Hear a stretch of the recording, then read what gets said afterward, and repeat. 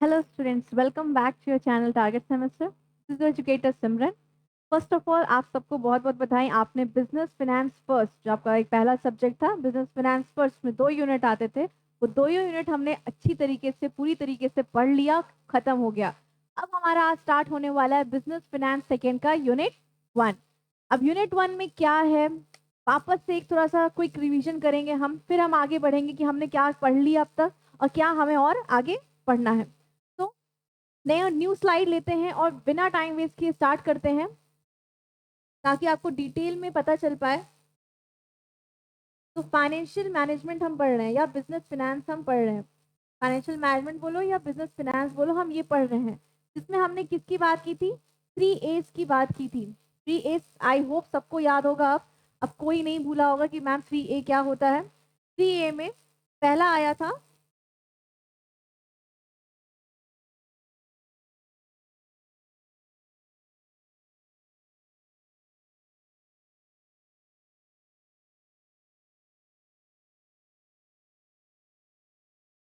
Change style, हाँ चलो, पहला आया था एक्विजिशन ऑफ फंड। पहला था एक्विजिशन ऑफ फंड। एक्विजिशन मतलब कहाँ कहाँ से फंड हम कलेक्ट करेंगे। पहला ही आपको जो आपको यूट्यूब पे दिखा होगा या आपके चैनल ऐप पे भी होगा, उसमें आपको बताया गया होगा फंड मनी ये सब क्या होता है, डिटेल में आपको हो चुका था, वापस से नहीं बताऊंगी। दूसरा था एलोकेशन ऑफ फंड। अभी यहाँ पर कोई रिवीजन करे तो एक्सप्लेनेशन यहाँ नहीं करूंगी इन सब का ऑलरेडी वीडियो एग्जिस्टेड है, ऑलरेडी चैनल पे अपलोडेड है, तो उसको जाके एक बार देख लेना, उसमें क्या क्या बताया था। ठीक, जो भी पहली बार देख रहे हो, अगर पहली बार देख रहे हो आज पढ़ना शुरू किए हो कि बिजनेस फाइनेंस क्या है, चलो पढ़ लेते हैं, तो ये बिजनेस फाइनेंस सेकंड का ये है, सेकंड का इंट्रोडक्शन पार्ट है ये। बिजनेस फाइनेंस फर्स्ट जो है वो कंप्लीट हो चुका है और आपका जो सिलेबस बांटा गया है बिजनेस फाइनेंस फर्स्ट और सेकंड का, वो एक तरह से पूरा बिजनेस फाइनेंस ही है। तो पहले पहला दो पढ़ो, फिर ये दो पढ़ना, ये नहीं कि चलो दूसरा सब्जेक्ट पहले पढ़ लेते हैं। पहले बिजनेस फाइनेंस फर्स्ट पढ़ो ताकि सारे कॉन्सेप्ट बेसिक कॉन्सेप्ट क्लियर होते हैं, उसके बाद जाके बिजनेस फाइनेंस सेकंड पढ़ना, क्योंकि उसी के बाद का कंटिन्यूशन है ये। अभी समझ में आ जाए कंटिन्यूशन कैसे है। ठीक, फिर लास्ट ये आता है अप्रोप्रिएशन ऑफ फंड।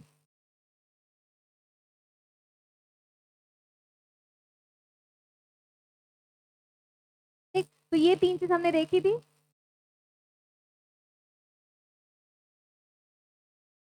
चलो, अब इन तीन चीज का क्या नाम था, इन तीन चीज को नाम दिया गया था किससे, इसके फंक्शन से, कि क्या क्या फंक्शन है, क्या क्या स्कोप है, फंक्शन बोलो या स्कोप बोलो, यही तीन स्कोप है, मेन फंक्शन यही तीन है। ठीक, तो एक्विजिशन में आपका आया था, किस एक्विजिशन क्या कहते हैं, फाइनेंशियल डिसीजन, यही स्कोप था, पहला स्कोप यही था, पहला फंक्शन पहला स्कोप फाइनेंशियल डिसीजन। हर कंपनी पहले सबसे पहले फाइनेंशियल डिसीजन लेती है। नेक्स्ट कौन सा डिसीजन लेती है, तो नीचे लिख देती हूँ ताकि मुझे जगह मिल सके तीनों के लिए, तो इधर कर देती हूँ फाइनेंशियल डिसीजन।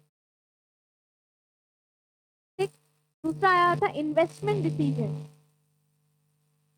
मैंने स्टार्टिंग में कहा था इसी एक चार्ट को लेकर ही हम पूरा अपना सिलेबस खत्म करेंगे। ठीक, और लास्टली आया था आपका डिविडेंड डिसीजन। डिविडेंड डिसीजन, ये तीन तरह के डिसीजन थे जो हमने देखने थे। ठीक, तो सबसे पहला जो फाइनेंशियल डिसीजन आपका आया था, इस फाइनेंशियल डिसीजन में आपका सबसे पहला आया टॉपिक सोर्स ऑफ फंड या सोर्सेज ऑफ फंड, कहाँ कहाँ से आप फंड जनरेट करोगे, ये आया था आपके फाइनेंशियल डिसीजन में। ठीक, अभी जो सोर्स ऑफ फंड आप जनरेट कर रहे हो, इसी में आप देखोगे कि आप जितना फंड जनरेट कर रहे हो, जो जो कैपिटल आप जनरेट कर रहे हो, जहां जहां से कैपिटल जनरेट कर रहे हो, उसका कॉस्ट कितना आया, उसका लागत कितना आया, तो उसमें आ जाता है cost of capital. Cost of capital किससे डिनोट करते हैं, केओ से डिनोट करते हैं। अब इसी कॉस्ट ऑफ कैपिटल में आता है K D, cost of debt, cost of equity, cost of preference share capital and cost of retain earning, ये चार कॉस्ट इसमें अलग अलग थे। ओके, तो ये दो चीज थे आपके किसमें, फाइनेंशियल डिसीजन में। ठीक, अदर चीजें भी होती है, जैसे लेवरेज हो गया, ये भी होता है।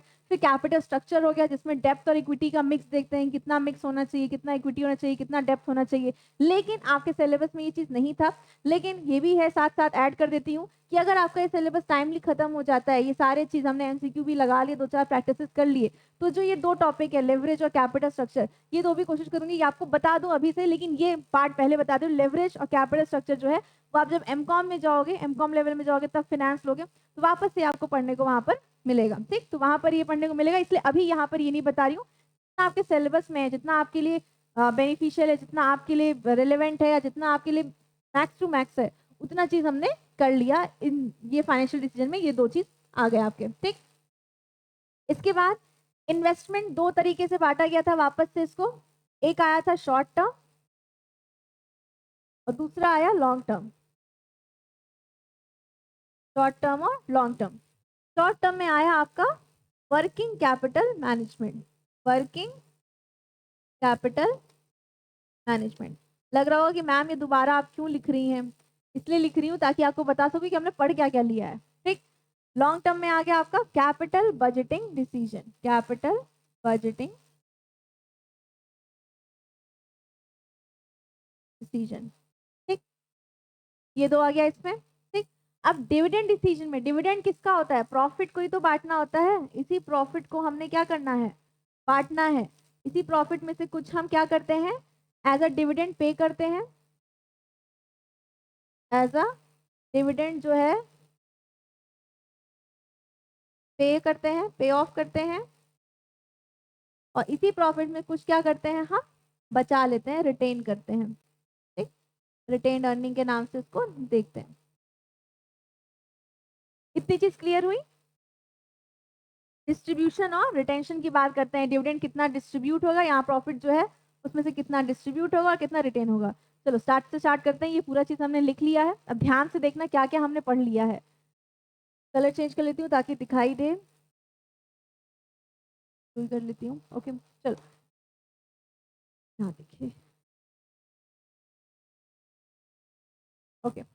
तो फाइनेंशियल डिसीजन में हमने क्या पढ़ लिया, ये कॉस्ट ऑफ कैपिटल पढ़ लिया है, ये भी बता दूंगी कहाँ पढ़ लिया है ताकि आपको दिक्कत ना हो। कॉस्ट ऑफ कैपिटल पढ़ लिया, कहाँ पढ़ा है, business finance first, business finance first का यूनिट 2, ध्यान देना यहाँ नीचे लिखा है, ठीक।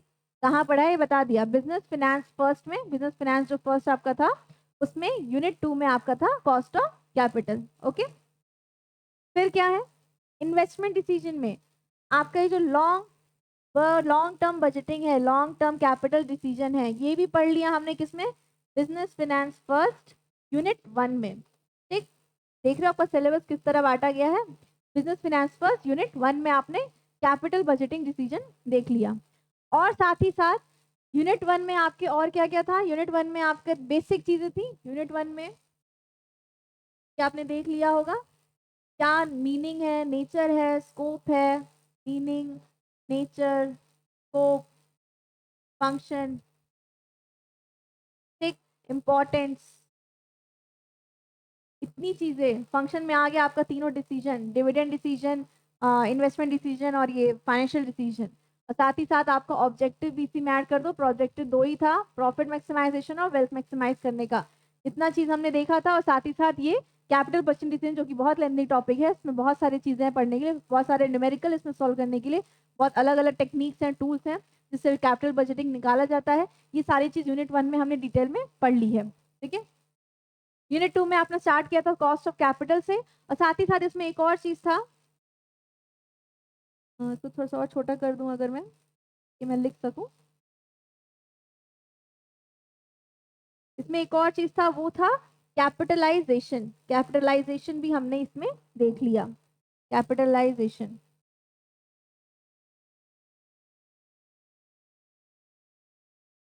ठीक।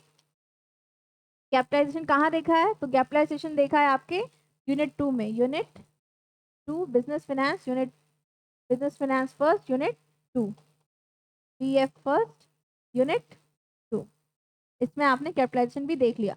तो इतनी टॉपिक आपकी हो चुकी है अभी तक, सोचिए इतनी टॉपिक हुई है, और आई थिंक लगभग 10 से 12, आई थिंक काउंट नहीं किया है, लेकिन हाँ 12 से 15 लेक्चर तो आराम से गया ही होगा आपके, इतने ही, यही ये ऊपर का पार्ट समथिंग इसमें और कुछ एडेड हो सकता है, मुझे इतना एग्जैक्टली याद नहीं आ रहा क्योंकि मैंने सारा डिटेल में ही रखा है आपके लिए, ठीक, सिलेबस से ज़्यादा ही बताया है यहाँ पर।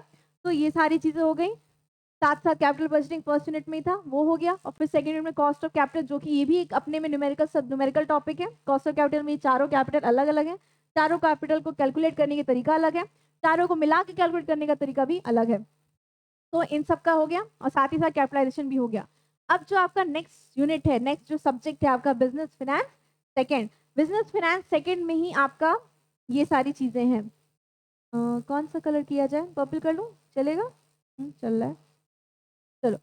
बिजनेस फिनेंस सेकंड में ही आपका सबसे पहले ये पूरा का पूरा टॉपिक है, इसलिए इसको कलेक्ट कर रहे हैं क्योंकि ये दोनों उसी में आ गया। ठीक, बिजनेस फिनेंस सेकंड में सबसे पहला यूनिट जो है, यूनिट 1 जो है, वो आपका डिविडेंड डिसीजन को लेके है। ये बिजनेस फिनेंस सेकंड यूनिट 1 ये आपका डिविडेंड डिसीजन को लेकर ही पूरा का पूरा है। ठीक, डिविडेंड डिसीजन क्या है, कैसे, कितना हमको डिस्ट्रीब्यूट करना है, कितना हमको अपने पास बचा के रखना है, कितना परसेंटेज होना चाहिए, फर्म कैसी है, कंपनी कैसी है, उस हिसाब से हम डिविडेंड पॉलिसी डिसाइड करेंगे कि हमें ज़्यादा डिविडेंड देना है शेयर होल्डर को, कि कम देना है, कि अपने पास ज़्यादा रखना है। ये सारा डाउट जो रहेगा वो आपका क्लियर होगा किस वाले टॉपिक से, डिविडेंड डिसीजन टॉपिक से। ओके, साथ ही साथ आपके बिजनेस फिनेंस सेकेंड के यूनिट 1 में और जो ऐड होता है वो आपका होता है ये सोर्स ऑफ फंड।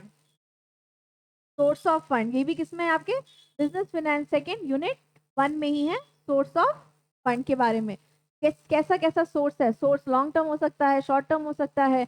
तो लॉन्ग टर्म में कौन कौन चीजें आती हैं, शॉर्ट टर्म में कौन कौन से फंड्स आ सकते हैं, कहाँ से हम फंड जनरेट कर सकते हैं। ये सोर्स ऑफ फंड वाला टॉपिक भी आपका किसमें दिया है, बिजनेस फिनेंस सेकेंड यूनिट 1 में दिया है। ओके, और प्लस साथ ही साथ यूनिट 1 में जो बिजनेस फाइनेंस सेकंड आपका है, यूनिट 1 में ये 3 टॉपिक हैं। पहला क्या है, डिविडेंड डिसीजन, फिर क्या है, सोर्स ऑफ फंड, और लास्टली आ जाता है जो ये एक बचा हुआ है आपके पास यहाँ पर, एक जो ये बचा है बिजनेस फाइनेंस सेकंड यूनिट 1, ये जो एक टॉपिक बचा आपका वो इसमें आपका खत्म हो गया। ओके, तो unit 1 business finance first second का यूनिट 1 क्या है, वो जितना पर्पल से मैंने हाईलाइट किया है वो आपका बिजनेस फाइनेंस सेकंड का यूनिट 1 है। ओके, तो अब सवाल आता है कि मैम बिजनेस फाइनेंस सेकंड में क्या क्या है।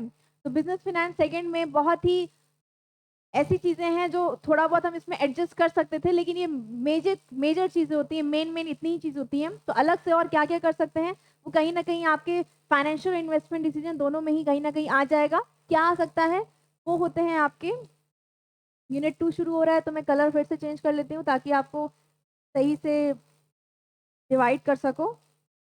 ओके, तो फिर आता है आपका यूनिट 2 जो है आपका बिजनेस फाइनेंस सेकंड यूनिट 2 है, time value of money. Time value of money आता है, तो कहीं ना कहीं हम फाइनेंशियल डिसीजन में उसको रख सकते हैं। Okay, time value of money हम पढ़ते हैं।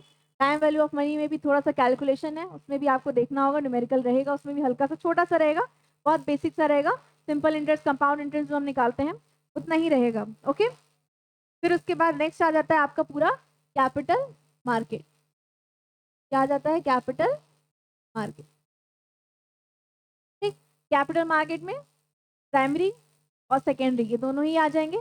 प्राइमरी मार्केट कौन से आ जाते हैं, प्राइमरी मार्केट क्या होता है, सेकेंडरी मार्केट क्या होता है, फिर उसमें और अलग अलग कौन कौन से चीज़ें होती हैं, क्या रोल है स्टॉक एक्सचेंज का, ये सारी चीज़ हम देखेंगे अपने इस कैपिटल मार्केट में।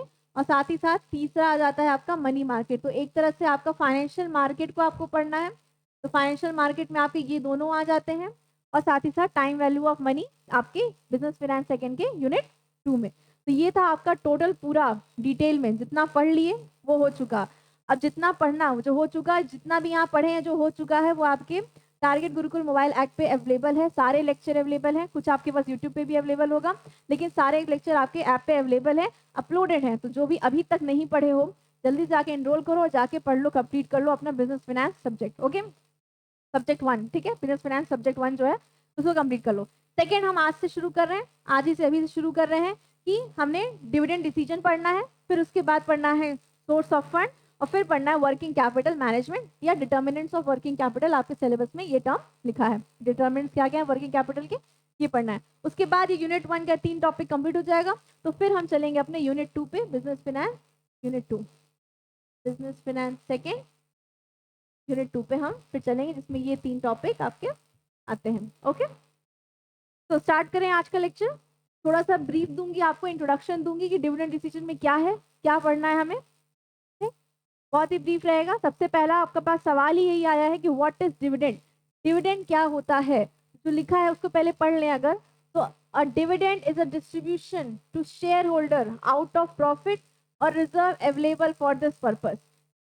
सीधी सी बात लिखी, डेफिनेशन इसलिए इंपॉर्टेंट हो जाता है क्योंकि किसने दिया है, institute of charter accountant of India, institute of charter accountant of India नहीं दिया है, ICA।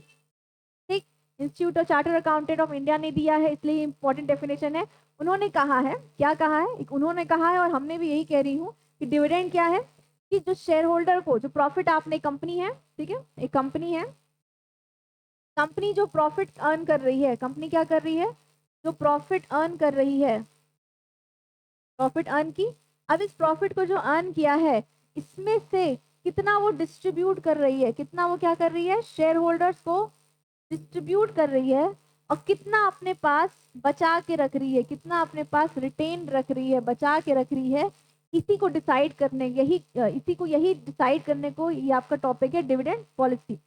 डिविडेंड क्या हो गया, सीधे सीधे आपका जो प्रॉफिट है और जो आपका रिजर्व है, इसमें से एक शेयर होल्डर को कितना मिल रहा है, कितना डिस्ट्रीब्यूट करके उसको कितना मिल रहा है, जो मिल रहा है उसको, वही आपका डिविडेंड कहला जाएगा। ओके, साथ ही साथ इसके नेक्स्ट आगे देखा जाए तो आगे आपका है कि कितने तरीके के डिविडेंड होते हैं, कितने तरीके के डिविडेंड होते हैं। तो चलो, फॉर्म्स और डिविडेंड पढ़ने से पहले एक और चीज देख लेते हैं, ऐड कर लेती हूँ स्लाइड को।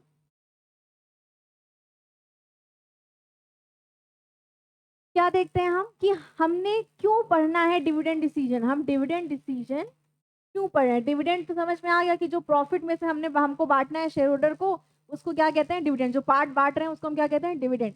तो डिविडेंड डिसीजन में ही तो आया है डिविडेंड पॉलिसी, डिविडेंड की बात वहीं पर कर रहे हैं। डिविडेंड डिसीजन क्यों करना है, दो चीज के लिए डिविडेंड डिसीजन किया जाता है। पहला क्या किया जाता है, एक है आपके शेयर होल्डर्स, ठीक, शेयर होल्डर्स जो है उनकी खुद की कुछ एक्सपेक्टेशंस होंगी आपसे, एक्सपेक्टेशंस होंगी या होंगी, क्योंकि आप में अगर आपके शेयर में वो लगा रहे हैं तो उनको कुछ ना कुछ रिटर्न तो चाहिए होगा, कुछ प्रॉफिट उनको चाहिए होगा, तो कुछ उनको देना पड़ेगा, अर्निंग पर शेयर उनको चाहिए, तो रिटर्न में उनको कुछ हमें डिविडेंड देना होगा। और दूसरा क्या होगा, एक कंपनी का होता है फाइनेंशियल,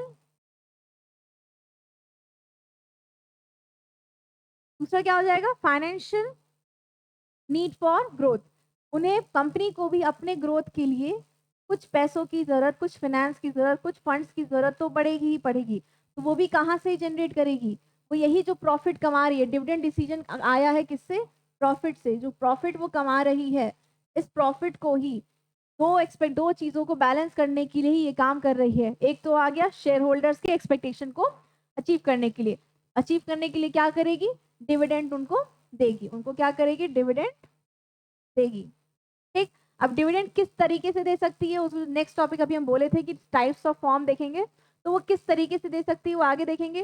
फिलहाल वो शेयर होल्डर एक्सपेक्टेशन को अचीव करने के लिए, फुलफिल करने के लिए उसको डिविडेंड प्रोवाइड करेगी। Next, financial need for growth. अगर फाइनेंशियल नीड चाहिए होगा, अपने कंपनी को ग्रो करने के लिए चाहिए होगा, तो क्या करेगी, वो रिटेंशन करेगी।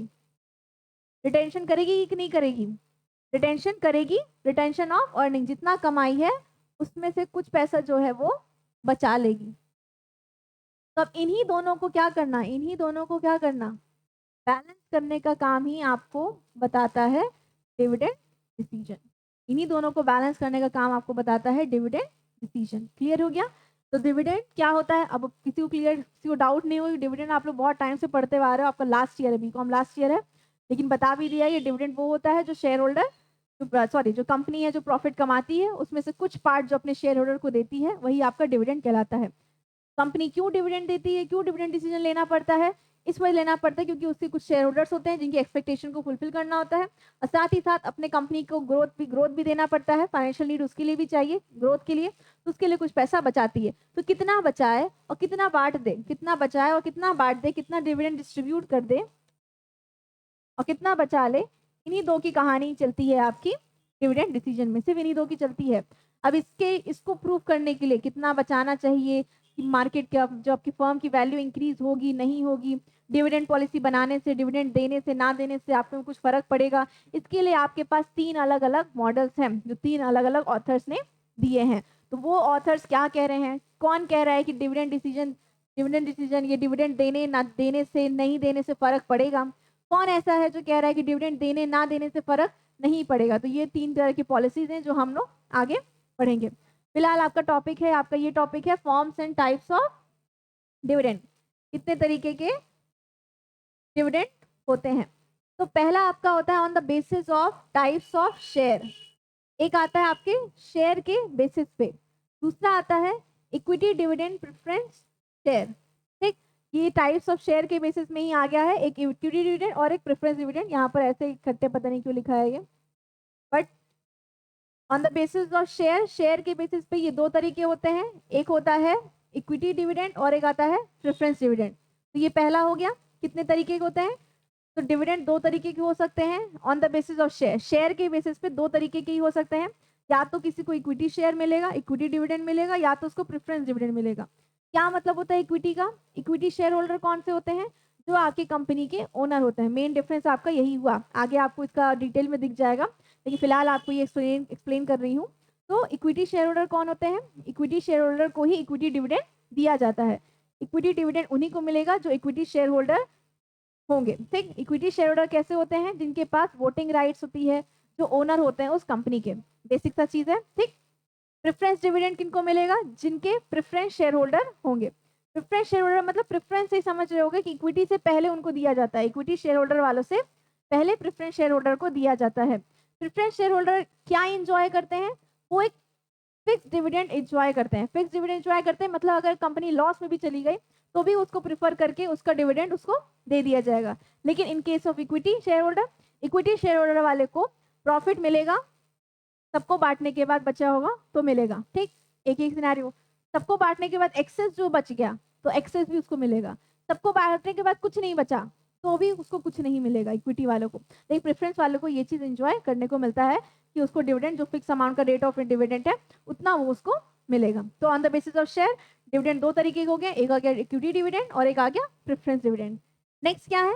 On the basis of time of payment, किस टाइम पे पेमेंट होगा? तो तीन तरह हो गया, इंटरिम, रेगुलर और स्पेशल डिविडेंड। क्या मतलब होता है इंटरिम का? इंटरिम जो होता है वो फिक्स नहीं होता है, एक लगभग माना जाता है, जो फाइनेंशियल ईयर के बीच में ही हम मानते हैं। इंटरिम डिविडेंड एक मान लिया जाता है कि इतना आपको डिविडेंड मिलेगा on the basis of time of payment.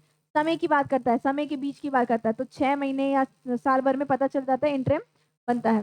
Regular dividend जो आपको एक साल होने के बाद वो आपको मिलेगा, वही आपका रेगुलर डिविडेंड हो गया। और स्पेशल डिविडेंड एक स्पेशल केस हो जाएगा, उसमें स्पेशल केस में आपको डिविडेंड की बात कर रहा है तो वो केस में आ जाएगा आपका स्पेशल डिविडेंड में।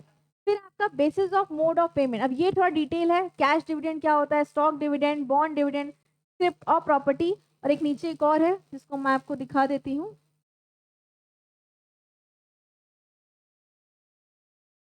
नीचे क्या है ये? Composite dividend. ये इतने तरीके के क्या हो गया, मोड ऑफ पेमेंट, कि किस किस तरीके से, किसी को कैश में दे दो, किसी को स्टॉक में दे दो, किसी को बॉन्ड में दे दो। कैश बॉन्ड मतलब डिविडेंड के अलग अलग वैरायटी आ गए। अब किसी को कैश के फॉर्म में दे दो, पैसा है मुद्रा के फॉर्म में, आपने डिविडेंड पे किया। दूसरा आ गया स्टॉक के फॉर्म में, पैसा कैश ना दे के उसको सामान दे दिया, एसेट दे दिया कोई, तो वो आ गया आपके स्टॉक डिविडेंड में। बॉन्ड डिविडेंड में क्या आ गया कि बॉन्ड पेपर बनाया, बॉन्ड पे पेपर बनाया, शेयर एक्चुअल में शेयर नहीं दिया, लेकिन बॉन्ड पे एक्चुअल में शेयर उसका जो था, जो डिविडेंड देना था वो ना दे के उसको बॉन्ड दे दिया, एक कोई बॉन्ड होगा उस बॉन्ड को उस डिविडेंड के तौर पे दे दिया उसी के रिलेवेंट रेट से, तो वो आ गया आपका बॉन्ड डिविडेंड।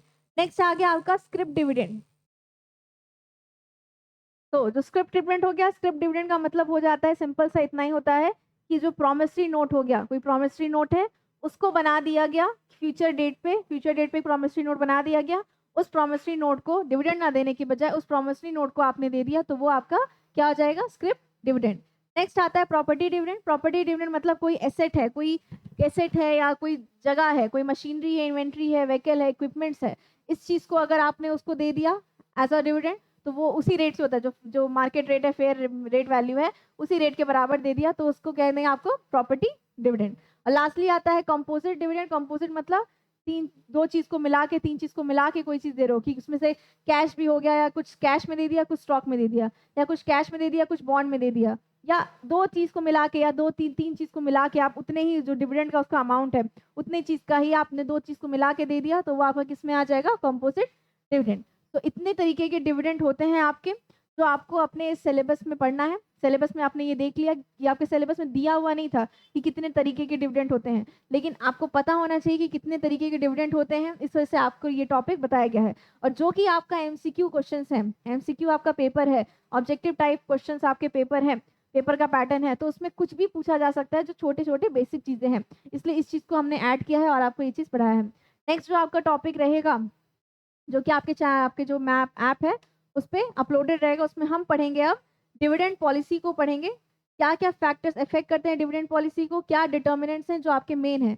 मेन आपका यही है, कितने तरीके के डिटर्मिनेंट्स हैं, तो ग्रोथ है, डिक्लाइनिंग है और स्टेबल है, ये 3 तरीके के डिटर्मिनेंट्स होते हैं, ग्रोथ, डिक्लाइनिंग और स्टेट। किन चीज़ में कहेंगे कि वो ग्रोथ हो रहा है, किन चीज़ में कहेंगे कि वो स्टेबल है, इसके बारे में हम अपने नेक्स्ट लेक्चर में पढ़ेंगे।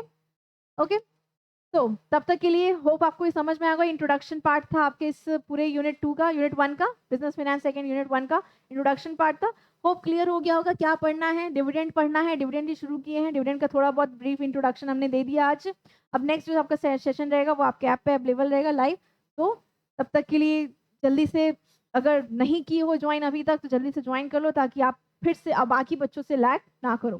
बाकी बहुत सारे बच्चे हैं जो ऑलरेडी पढ़ चुके होंगे, आप पीछे ना रह जाओ, तो जल्दी से जाके ज्वाइन कर लो और वो सारे बिजनेस प्लान फर्स्ट पहले जल्दी से कंप्लीट कर लो, फिर ये सेकंड जल्दी से हमसे ज्वाइन कर लेना। ओके, तो जितनी जल्दी फर्स्ट कंप्लीट करोगे जस्ट सेकंड वाले को ग्रैब कर पाओगे। ओके, तो तब तक के लिए take care and good bye.